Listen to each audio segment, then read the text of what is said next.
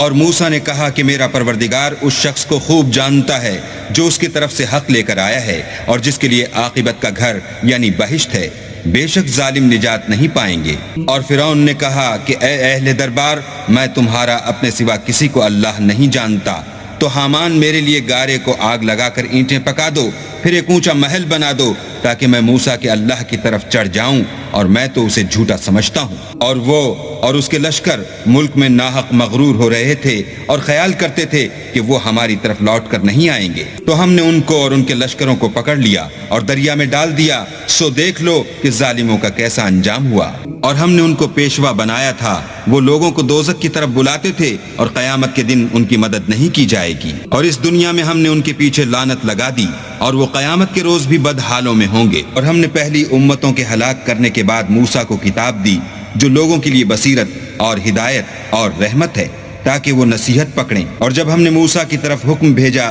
تو تم طور کی غرب کی طرف نہیں تھے اور نہ اس واقعے کے دیکھنے والوں میں تھے، لیکن ہم نے موسیٰ کے بعد کئی امتوں کو پیدا کیا، پھر ان پر مدت طویل گزر گئی، اور نہ تم مدین والوں میں رہنے والے تھے کہ ان کو ہماری آیتیں پڑھ پڑھ کر سناتے تھے،